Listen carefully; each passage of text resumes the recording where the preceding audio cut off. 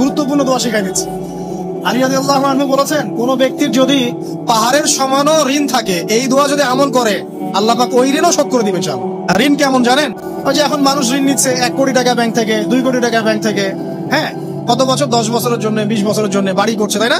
তার ধারণা এমন যে সে মারা গেলে তার ঋণটা কেউ না কেউ শোধ করে দিবেই দিবে, তাই তো? আর আল্লাহ রাসূল কি বলছেন দেখেন, নবী সাল্লাল্লাহু আলাইহি ওয়াসাল্লামের সময় একজন মারা গেছেন, তো নবী করিম সাল্লাল্লাহু আলাইহি ওয়াসাল্লাম বলছেন যে এই ব্যক্তির কি কোনো ঋণ আছে? একজন সাহাবী বলেন, হ্যাঁ ইয়া রাসূলুল্লাহ, তো ঋণ আছে। নবীজি বললেন, তোমরা ওর জানাজা পড়ো, আমাকে ডেকো না, আমি জানাজা পড়তে চাচ্ছি না। আমি এখন কেমন করে আপনাকে বুঝাবো ঋণ কত ভয়ঙ্কর জিনিস? আপনি যে ব্যাংক থেকে 3-4 কোটি টাকার লোন নিয়ে রাখছেন, 1 টাকা লোন নিয়ে বসে আছেন, দিব্যি সুখে বসে আছেন, এমন চিন্তায় যে আপনার মৌত হবে না। আর নবী সাল্লাল্লাহু আলাইহি ওয়াসাল্লামের সময়ে একজন মারা যাচ্ছেন, তিনি বলছেন তোমরা জানাজা পড়ে নাও, আমি জানাজা পড়তে চাচ্ছি না। ঋণগ্রস্ত ব্যক্তি জানাজাও তিনি পড়তেন না। একজন এসে বললেন, ইয়া রাসূলুল্লাহ, আমি তার ঋণ শোধ করে দিব। তখন নবী এসে জানাজা পড়লেন সাল্লাল্লাহু আলাইহি ওয়াসাল্লাম। সমস্যা নেই, আপনার জানাজা পড়া হবে, কারণ হুজুরকে আপনি 5000 টাকা দিবেন, হুজুর জানাজা পড়াই দিবে, কোনো সমস্যা নেই। আপনার একটা বড়সড় দোয়াও হবে ইনশাআল্লাহ। কিন্তু আল্লাহ পাক বলেছেন, শহীদ, আল্লাহর পথে যুদ্ধ করে শহীদ হয়েছে, এই ব্যক্তির আত্মাও ঝুলে থাকে যতক্ষণ পর্যন্ত না তার ঋণটা শোধ করা হয়। তো এখন সেই দোয়া শিখাচ্ছি আপনাদেরকে, যে দোয়া শিখলে আপনারা ঋণ থেকে বাঁচবেন ইনশাআল্লাহ। আমার সাথে বলেন, দোয়াটা হচ্ছে, আল্লাহুম্মা ইকফিনি বিহালালিকা আন হারামিকা ওয়া আগনিনি বিফদলিকা আম্মান সিওয়াকা। এটা ছোট না, এটা মুখস্থ করবেন, সিজদায় পড়বেন, নামাজে সিজদায় পড়বেন, আত্তাহিয়াতু দরুদ শেষ তারপরে পড়বেন, নামাজ শেষে হাত তুলে করবেন, যখন তখন শেষ রাতটা করবেন, ইনশাআল্লাহ দেখবেন আপনার ঋণ বলতে কিছু থাকবে না ইনশাআল্লাহ। কেউ বড় কোনো ঋণ থাকেও আল্লাহ পাক অন্য কোনো মাধ্যমে এটা শোধ করার ব্যবস্থা করে দিবেন ইনশাআল্লাহ। দারিদ্রতা দূর করতে চান, সচ্ছলতা চান, কয়েকটা কাজ করেন। এই যে বললাম, 1 নাম্বার সূরাতুল ওয়াকিয়া তেলাওয়াত করেন, 5 ওয়াক্ত নামাজ জামাতে পড়েন, ডেইলি কিছু সময়ের জন্য কোরআন তেলাওয়াত করেন, আর আল্লাহর কাছে রিজিক চান, জিকির বেশি বাড়ায় দেন। পারবেন না? যে 1,20,000 টাকা ঋণ আছে আমার, শোধ করার কোনো অপশন নাই। কি হলো, হঠাৎ করে আমরা একটা সার্কুলার দেখলাম যে সারা বাংলাদেশে ইসলামিক ট্যালেন্ট খোঁজা হচ্ছে, 17 কি 18 এক বছর। হ্যাঁ, তো এখন আমার ভাই বলছেন যে আপনি এটাতে অ্যাপ্লাই করেন। আমি অ্যাপ্লাই করবো, এটা তো আলেমুল আমাদের প্ল্যাটফর্ম, আমি এখানে জেনারেল থেকে আসা মানুষ, কেমন করে কি? তো সে বলছেন আপনি পারবেন ইনশাআল্লাহ। তো আমি দেখছি আগে প্রাইস কি আছে, কষ্ট তো করবো, আগে পুরস্কারটা কি। তো পুরস্কারটা দেখছি যে একটা উমরা করাবে, ফার্স্ট প্রাইস 3 লাখ টাকা, second prize 2 lakh, third price হচ্ছে 1 লাখ। আচ্ছা ঠিক আছে। তখন আমি একটা জবও করি, চাকরিও করেছি একসময়, এখন জব ছেড়ে দিলাম, তারপর টানা 4 কি 5 মাস দৈনিক 10 থেকে 12 ঘন্টা করে করেছি, নামা খাওয়া সব ওখানে, যে কোনো জায়গা থেকে প্রশ্ন আসতে পারে, আর প্রায় 36টা বিভাগ আছে। তো আলহামদুলিল্লাহ কিভাবে জানি আস্তে আস্তে আস্তে আস্তে উঠতে পারলাম। ঋণ আছে, ঋণ শোধ করতে হবে একটা, এবং আমি চাচ্ছি যে এই প্রোগ্রামের মধ্য দিয়ে দিনের একটা বড় সার্কেল পাওয়া যায়, দিনই প্ল্যাটফর্ম পাওয়া যায়। তো আলহামদুলিল্লাহ আল্লাহ পাকের ইচ্ছায় সেখানে একটা ভালো রেজাল্ট হলো, মানে ওমরাও করা হলো আলহামদুলিল্লাহ, এবং ক্যাশ তারা খুব তাড়াতাড়ি দিয়ে দিয়েছে। আমি পুরো ক্যাশটা আগে পেই, আগে ঋণটা শোধ। এখন এই সময় কিন্তু আমি দোয়াটা করেছি, আল্লাহুম্মা ইকফিনি বিহালালিকা আন হারামিক ওয়া আগনিনি বিফদলিকা আম্মান সিওয়াক। দেখেন, আমি কিন্তু জানতামও না এমন কোনো প্রতিযোগিতা হবে। এটাই হচ্ছে আল্লাহ পাকের সেই আয়াত, ওয়া মান ইয়াত্তাকিল্লাহ ইয়াজআল লাহু মাখরাজা।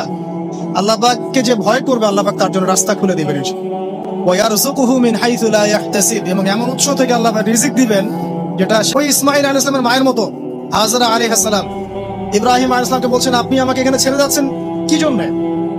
ইব্রাহিম বলছেন আল্লাহর আদেশে। তখন তিনি বলছেন, তাহলে আল্লাহ আমাকে ফেলে দিবেন ইনশাআল্লাহ। সেই মায়ের গর্ভ থেকে ইসমাইলের মতো সন্তানের জন্ম হলো। এই সন্তানকে বাবা বলছে যে আমি তোমাকে জবাই করছি, স্বপ্নে দেখেছি, ফানজুর মাযা তারা, তোমার রায় কি? সে বলছে, ইয়া আবাতি ফাআল মা তু'মার, আপনাকে যে আদেশ করা হয়েছে আপনি সেটাই করেন। তাকে কি বাবা মানুষ করেছিলেন? তাকে তার মা মানুষ করেছেন। তো ওই রকম তাওয়াক্কুলকারিনী হাজরা আলাইহিস সালামের মতো মা যদি ঘরে ঘরে থাকে, বোন আর স্ত্রী ঘরে ঘরে থাকে, তখন ইসমাইলি প্রজন্ম আসবে ইনশাআল্লাহ। আমাদের মতো এই যে এখন দেখছেন না কি হচ্ছে, নসিহত করবো, এটা তো মন থেকে একটা বাধা চলে আসে, আসলে কি করব, কি বলবো, মানে আপনি হতবাক হয়ে গেছেন, বাকরুদ্ধ, আর কি বলবেন এখন? বলার আর কি নাই, কিছু নাই, কি বলবেন? আস্তে আস্তে কাপড় খুলতে খুলতে খুলতে খুলতে খুলতে খুলতে এখন বিকিনি পরে ঘুরতে চায়, বলে যে কয়দিন পর বিকিনি পরেই ঘুরবে। দেখেন, ওটা কি লজ্জাশীলতার পরিচয় হলো? মানুষকে দেখেন, মেয়েরা কলেজে পড়তে গিয়ে মেয়েরা কি করতেছে এখন দেখেন। আর আপনি আপনার মেয়েকে কলেজে ওখানে পড়তে পাঠাচ্ছেন, হোস্টেলে রাখছেন, যেখানে একটা মেয়েকে নবী সাল্লাল্লাহু আলাইহি ওয়াসাল্লাম মাহরাম ছাড়া সফর করতে নিষেধ করছেন, সেখানে আপনি আপনার মেয়েকে কোন শিক্ষায় শিক্ষিত করার জন্য রাতের পর রাত সেখানে কাটাচ্ছেন? নিজেরাই বলছে যে মেয়েদেরকে ফোর্সফুলি যৌন কাজে বাধ্য করা হচ্ছে। চলে যায়, যাক ভাই আমার সার্টিফিকেট চাই। কতজন আমার সাথে কি করে করুক, বাট আমার একটা সার্টিফিকেট চাই। এটা দিয়ে আমি বিসিএস ক্যাডার হব, এটা দিয়ে আমি প্রাইমারি স্কুলের টিচার হব, আর এরাই তো আপনার ঘরে বউ হিসেবে আসবে। মানে আপনার কি অবস্থা হবে চিন্তা করেন। এখন আল্লাহ পাক আমাদেরকে বোধোদয় দান করুক, দোয়া করি। তবে একটা হাদিস না বললে আমি এখান থেকে সরতে পারতেছি না। এই কথাই নবী সাল্লাল্লাহু আলাইহি ওয়াসাল্লাম বলেছেন, হুবহু এই কথাই, যে ফিতনা ধেয়ে আসছে। তার স্ত্রী যায়েনাব বিনতে জাহাশ তিনি বলছেন, ইয়া রাসূলুল্লাহ সাল্লাল্লাহু আলাইহি ওয়াসাল্লাম আনুহলিকু ওয়া ফিনা সালিহুন, আমাদের মধ্যে সৎ মানুষগুলো থাকা সত্ত্বেও কি আমরা ধ্বংস হয়ে যাব? নবীজি বলছেন, নাম, তোমরা ধ্বংস হয়ে যাবে। ইযা কাসরাতিল খাবাস, যখন এরকম নগ্নতা, বেহায়াপনা, অশ্লীলতা ছড়িয়ে পড়বে, তখন সৎ অসৎ, আলেম জালেম সব ধ্বংস হবে। আল্লাহ পাকের গজব সময়ের ব্যাপার মাত্র। আল্লাহ পাক বহিঃশত্রুকে আপনার উপর চাপিয়ে দিতে পারেন। আল্লাহ পাক কুন বললে ফায়াকুন হতে পারে। সে আল্লাহকে ভুলে গিয়ে এইসব প্রগতিশীলতার নামে যখন নগ্নতার চর্চা হচ্ছে, অশ্লীলতার চর্চা হচ্ছে, আর আমরা এগুলো সব মুখ বুঝে সহ্য করছি, মাদক, পর্ন, জেনা, ব্যভিচার সব চলছে চোখের সামনে, আমরা কিচ্ছু বলার নাই, সুদ ঘুষ সব চলছে। এটা সময়ের ব্যাপার যে আল্লাহ পাকের গজব কখন আসবে। আমারে আপনারে কাউরে ছাড়বে না ইনশাআল্লাহ। দেখি আরেকটা কথা নবীজি বলছেন, দুই শ্রেণীর মানুষ আসবে কিয়ামতের আগে আগে, আমি দেখি নাই। তখন সাহাবীরা বলছেন, কারা ইয়া রাসূলুল্লাহ? একজন বলছেন, এক শ্রেণী হচ্ছে এমন এক শ্রেণীর পুরুষ যাদের হাতে লম্বা লম্বা লাঠি থাকবে, লাঠি, এই লাঠি দিয়ে তারা মানুষকে পিটাবে। আপনি নিজেও তার মধ্যে আছেন, আপনার ভাইও তার মধ্যে আছে।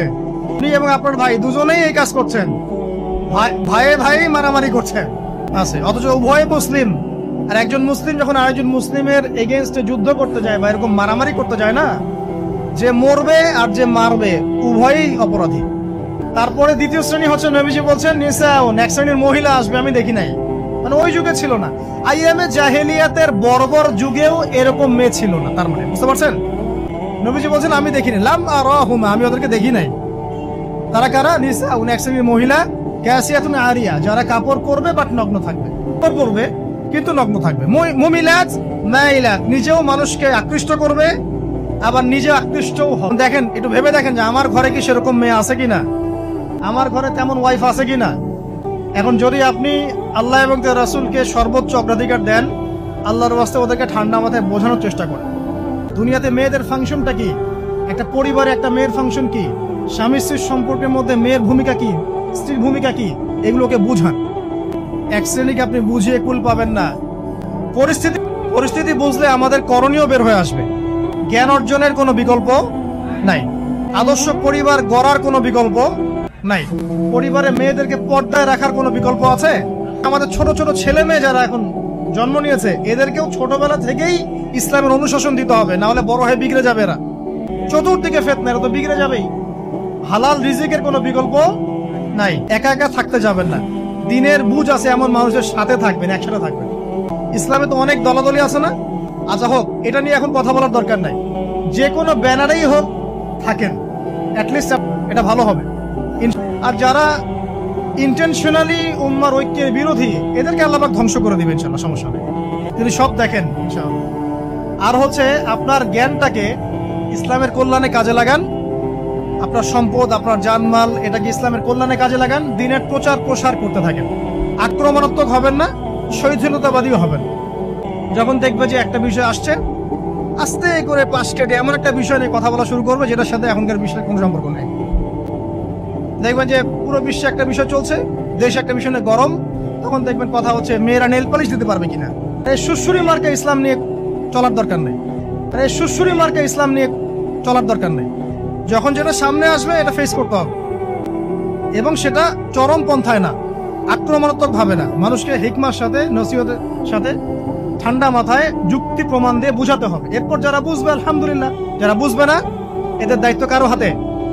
আল্লাহর হাতে। আল্লাহ পাক হয় গজবে শেষ করবেন, না হলে আল্লাহ পাক চাইলে এই দায়িত্ব দিতে পারে, এটা আল্লাহ পাকের ইখতিয়ার।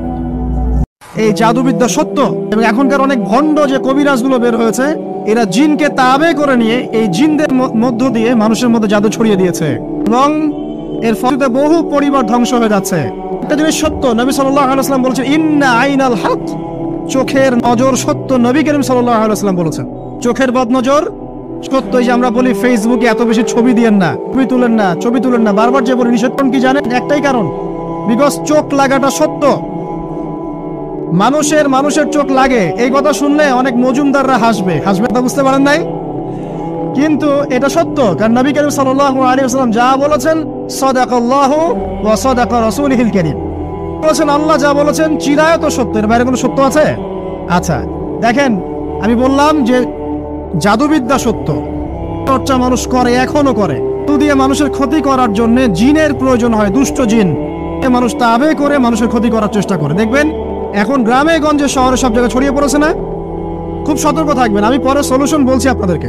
বলেছি নবী সাল্লাল্লাহু আলাইহি ওয়াসাল্লাম বলেছেন চোখের বদনজর এমন সত্য, এটা উটকে এই রান্নার ডেকচির মধ্যে ঢুকাই ফেলতে পারে। খুব সুন্দর, ভালো, আপনি মাশাআল্লাহ বলেন নাই, নজর লেগেছে, উটটা মারা গেছে দেন, তারপর তাকে জবাই করে খেয়ে ফেলতে হয়েছে। সাহাবী গোসল করছিলেন, গোসল, এটা হাদিসে সহিহ, যারা আছেন তারা জানেন যে এই হাদিসে সহিহ। একজন সাহাবী গোসল করছেন, এর চামড়াটা খুব সুন্দর ছিল, একদম স্কিনটা অনেক সুন্দর থাকছে। আচ্ছা, সাহাবী এই গোসল দেখছেন দূর থেকে, বলছেন যে কি চমৎকার তার শরীরের রংটা, যেন কুমারী নারীর মতো, অনেকটা এমন একটা বলেছিলেন। সাথে সাথে এই সাহাবী অজ্ঞান হয়ে পড়ে গেছে। সাহাবী যিনি গোসল করছিলেন, এটার আপনি কোনো ব্যাখ্যা দিতে পারবেন না, তো এখানে বা মেডিকেল সায়েন্সে আপনি কোনো ব্যাখ্যা করতে পারবেন না, কিন্তু কেন সেটা হলো সেটা আপনি অ্যান্সার খুঁজে পাবেন না। সাল্লাল্লাহু আলাইহি ওয়াসাল্লামের কাছে নিয়ে যাওয়া হলো তাকে, তিনি বললেন যে ব্যক্তির ব্যাপারে কি কেউ ভালো মন্দ কিছু বলেছিল? সাহাবী বলেন হ্যাঁ, অমুকে বলেছে এর স্কিনটা অনেক সুন্দর। আসুন, ওকে ডেকে আনা হলো। ডেকে আনার পর নবীজি তাকে অনেক শাসালেন, তোমরা তোমাদের ভাইদেরকে কি মেরে ফেলতে চাও? তখন এই সাহাবী তো অবাক, আমি আবার কখন মারতে চাইলাম ইয়া রাসূলুল্লাহ? নাই, আমি তো খালি বলেছি যে তার গায়ের রংটা অনেক সুন্দর। তিনি বললেন কেন তুমি সুবহানাল্লাহ বললে না, কেন তুমি মাশাআল্লাহ বললে না? যখন মাশাআল্লাহ বলবেন, সুবহানাল্লাহ বলবেন, নজরটা লাগবে না। আপনি মাশাআল্লাহ বলবেন না, সুবহানাল্লাহ বলবেন না, দেখবেন নজর লেগে গেছে। বিশ্বাস করেন ব্যবসা খুব ভালো চলছে, যে বাহ তোর তো ব্যবসা হেভি, লালে লাল শাহজালাল, আপনার কেনা বেচা বন্ধ হয়ে গেছে, হবে, আমার কথাটা বিশ্বাস করেন। সায়েন্স প্রমাণ করতে পারবেন না, আল্লাহ এবং তার রাসূল বলেছেন, পুরো কোনো সত্য নেই। আছে সূরা কাহফ 29 নম্বর আয়াত পড়ে দেখেন, আল্লাহ পাক বলছেন ওয়াকুলিল হাক্কু মির রাব্বিকুম, সত্য সেটাই যা তোমার রবের পক্ষ থেকে আসে। শাআ ফালইউমিন, যার ইচ্ছা হয় বিশ্বাস করুক, ওয়া মান শাআ ফালইয়াকফুর, যার ইচ্ছা হয় সে অস্বীকার করুক। বলি ফেসবুকে এত বেশি ছবি দেওয়া, এই আই ওয়াশ করা, এই যে শো ডাউন করা, ইসলামের কিছু কাজ করলেন একদম মানুষকে না দেখাইতে পারলে ঘুম হচ্ছে না, এগুলো বন্ধ করেন, বন্ধ করে দেন আল্লাহর ওয়াস্তে। কাজ করেন, নিজেকে গোপন করার চেষ্টা করেন, মানুষের কাছে নিজেকে এক্সপোজ করবেন, কাজের বরকত কমে যাবে, চোখ লাগবে, নজর লাগবে। এবং চোখ লাগা বদ নজরে বহু আলেম আস্তে আস্তে মাঠ থেকে মাইনাস হয়ে গেছে না, যায় নাই? কি আলেমদের সংখ্যা বেশি না কম? যাবে, আলেমের সংখ্যা আরো কমে যাবে। নবীজি বলেছেন আলেমদের সংখ্যা কমতে থাকবে, আহেলদেরকে আলেম বানিয়ে নেবে। তো প্রিয় ভাইরা, জাদুবিদ্যা সত্য, চোখের বদনজর সত্য, রাতের এই অনিষ্টগুলো সত্য, রাতের বেলা অনেক ক্ষতি আছে। বলছেন বাচ্চাদেরকে বাইরে বের করো না, এবং তোমরাও রাত যখন গভীর হবে তখন এদিক ওদিক ঘোরাফেরা করো না। দেখবেন রাত যত গভীর হয় আমাদের শহরগুলো তত জীবিত হয়, তাই না? রাত যত শহর তত জীবিত হয়, চায়ের দোকানে আড্ডা বেশি, ওই সিনেমা দেখছে, টিভি দেখছে, ক্যারাম খেলছে, লুডো খেলছে, ঘুম না। ফজরের আগে নামাজ কিন্তু নাই, ফজরে আবার ওই যে জোহরের নামাজের সময় উঠতেছে। আমাকে বলেন এরকম জেনারেশনকে দিয়ে কি আসলে ইসলামের কোনো খেদমত হবে? আচ্ছা, নবীজি রাতের বেলা আর্লি ঘুমাতেন, আল্লাহ পাক আমাদের সবাইকে তাড়াতাড়ি ঘুমানোর তৌফিক দান করুন। হ্যাঁ, আপনি ইলম চর্চা করলে রাত জেগে থাকতে পারেন, জ্ঞান চর্চা করেন রাত জাগতে পারেন, করছেন, নামাজ পড়ছেন বা কোরআন হিফজ করছেন, আপনি রাতের আর্লি উঠবেন, এটা আলাদা বিষয়। আমাদের এই যে ফেসবুক লিপ্ত থাকে সারা রাতটা কাটাই আড্ডাবাজি করে, এগুলো বন্ধ করতে হবে। বন্ধ না করলে ফিজিক্যালি আমরা মানে সারা দিনটা আমাদের একটা কি বলবো অলসতার ভাবে যাবে হবে। এতে করে আমাদের উম্মার এই পুরো বড় যে আছে এদেরকে আপনি সম্পদে পরিণত করতে পারবেন না, এটা চেঞ্জ করা দরকার। নবীজি রাতের বেলা এই সূরা বাকারার শেষে 3টা আয়াত তেলাওয়াত করতেন, আমরা করবো ইনশাআল্লাহ। আরেকটা আমল বলে দেই, নবী করিম সাল্লাল্লাহু আলাইহি ওয়াসাল্লাম রাতের বেলা সূরা মুলক তেলাওয়াত করতেন। কোন সূরা? সূরা তাবারাকাল্লাযী বিয়াদিহি, কয়টা আয়াত আছে? 30টা আয়াত আছে। নবীজি বলেছেন সাল্লাল্লাহু আলাইহি ওয়াসাল্লাম সূরা আপনাকে কবরের আযাব থেকে বাঁচাবে ইনশাআল্লাহ। কবরের আযাব থেকে তো ভাই বাঁচা খুব সহজ নাকি? আমাদের মধ্যে এমন কেউ নাই আলেম জালেম মুফতি, রাজনৈতিক নেতা, পলিটিশিয়ান, বিরোধী দল, তারপরে যে সরকার দল যে আছে না কেন, কবরের শাস্তি ফেস করবে না এমন একটা মানুষ নাই। এই যে আপনি দেখছেন ওই যে কি ইসরায়েলের প্রধানমন্ত্রী, ওই রাশিয়ার প্রধানমন্ত্রী, পশ্চিমা সভ্যতা, এমন কেউ নাই পৃথিবীতে এখন কবরের শাস্তি ভোগ করতে হবে না। আছে যে শাস্তি মানে লঘু চাপ, আসলে আমি ভাষা হারাই ফেলি। তারপরে বলছি আল্লাহ পাক আমাদের সবাইকে হেফাজত করুন। এক সাহাবীর নাম সাদ বিন মুয়াজ, কি নাম? নবী করিম সাল্লাল্লাহু আলাইহি ওয়াসাল্লামের সাথে একদম ডান হাত হয়ে যুদ্ধ করেছেন দীর্ঘদিন। তিনি বীর সেনা, উহুদের বীর সেনা, ঠিক আছে, খন্দকের যুদ্ধেও বীর বিক্রমে যুদ্ধ করেছেন। তিনি আনসার সাহাবী, একদম মদিনার নেতা সাহাবী। সব সাহাবী কিন্তু একরকম নন, স্থানীয় সাহাবী। তিনি ছিলেন একজন নেতৃস্থানীয় সাহাবী, ঠিক আছে। সাদ বিন মুয়াজ, নবী করিম সাল্লাল্লাহু আলাইহি ওয়াসাল্লাম এত ভালোবাসতেন তাকে, ভালোবাসতেন যে তাকে নিজের মনে করতেন যে সাদ বিন মুয়াজ আনসাররা আমার নিজের। চারটাখানি কথা। সাহাবীর খন্দকের যুদ্ধে এই যে হাতের এই দিকে সম্ভবত হাতে একটা তীর এসে লাগে এখানে, এবং তীরটা তিনি বের করতে গিয়ে রক্তটা ছিঁড়ে যায়। এরপর ফিনকি দিয়ে রক্ত বের হওয়া শুরু হয়, করে করে রক্ত বন্ধ করা যায় নাই, এবং এই রক্তের প্রবাহিত রক্তেই আল্লাহর তিনি শাহাদাত বরণ করেন, তিনি ইন্তেকাল করেন। নবী করিম সাল্লাল্লাহু আলাইহি ওয়াসাল্লাম প্রচন্ড ব্যথিত হন, মানে মনটা তার খুব নরম হয়ে যায় সাদ বিন মুয়াজ রাদিয়াল্লাহু আনহুর জন্য। তো এই সাহাবীর যখন জানাজার নামাজ পড়ানো হচ্ছে, নবীজি বলছেন 70,000 ফেরেশতা তার নামাজে অংশ নিয়েছে। সাহাবীকে যখন কবরে শোয়ানো হয়েছে, নবী করিম সাল্লাল্লাহু আলাইহি ওয়াসাল্লাম পরে জানিয়েছেন কবরের যে মৃদু চাপ, সাদ বিন মুয়াজ রাদিয়াল্লাহু আনহুর কবরেও সেই মৃদু চাপ দেওয়া হয়েছে। আমি কি বুঝাতে পারলাম ভাই? আমাদের কোনো দাম আছে? এখনকার পলিটিশিয়ানদের কোনো দাম আছে? সমাজ নেতার কোনো দাম আছে? এই ঘুষখোর দুর্নীতিবাজদের কোনো দাম আছে? কাঠমোল্লা হয়ে আছে আমাদের কোনো দাম আছে? সাদ বিন মুয়াজ রাদিয়াল্লাহু আনহু যদি কবরের শাস্তি তাকে না ছাড়ে, প্রশ্ন করব তাকে না ছাড়ে, আমরা পার পাবো? নবী করিম সাল্লাল্লাহু আলাইহি ওয়াসাল্লাম বলছেন সূরা মুলক তেলাওয়াত করো রাতের বেলা, ইনশাআল্লাহ সূরা মুলকের তেলাওয়াত কবরের আযাব থেকে তোমাকে বাঁচাবে। আর আমাদের তো ভাই কবরে সবাই সাথে যাবে না, গার্লফ্রেন্ড যাবে না, ভাই বোন সবাই যাবে না। একজন ব্যক্তি সুদ খাচ্ছে, জিজ্ঞাসা করে দেখেন কেন খায়, বলবে তার সন্তানের জন্য খায়, তার বাবাকে দেখতে হবে তাই খায়, তাই না? একজন ব্যক্তি ঘুষ খায়, বলবে আমার পরিবারের জন্য খাই। পুকুর চুরি করছে, বলবে দুর্নীতি করছে আমার পরিবারের জন্য, পরিবার ভালো থাকবে, পরিবার যেন ভালো থাকে, আমার সন্তানরা যেন ভালো থাকে আগামী।